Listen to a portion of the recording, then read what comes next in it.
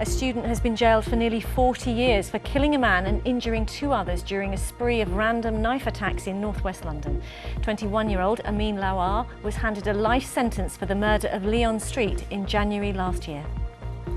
The parents of 12-year-old Archie Battersbee, who's in a coma after suffering brain damage, have failed to persuade the Supreme Court to intervene in their life support battle. Earlier this week, they lost a request to appeal against a High Court ruling that stated treatment could lawfully end.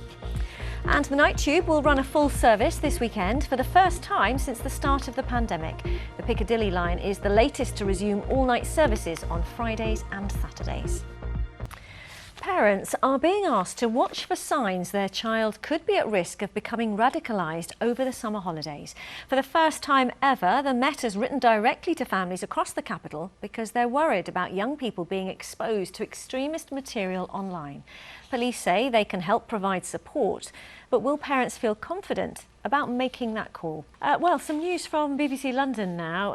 Sad news because our very own Vanessa Phelps has announced she's leaving the station after more than 2 decades. The legendary broadcaster, and I would say force of nature, will leave the breakfast show she presents on BBC Radio London, as well as her early breakfast show on BBC Radio 2.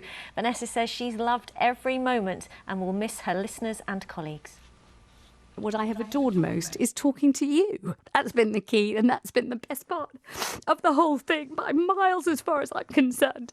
And I have loved it because you have been quite remarkable in your relationship with me and with BBC Radio London. You have been just extraordinary. And when I said lots of love to you every single show, all these years for 20 years, you know I really meant it.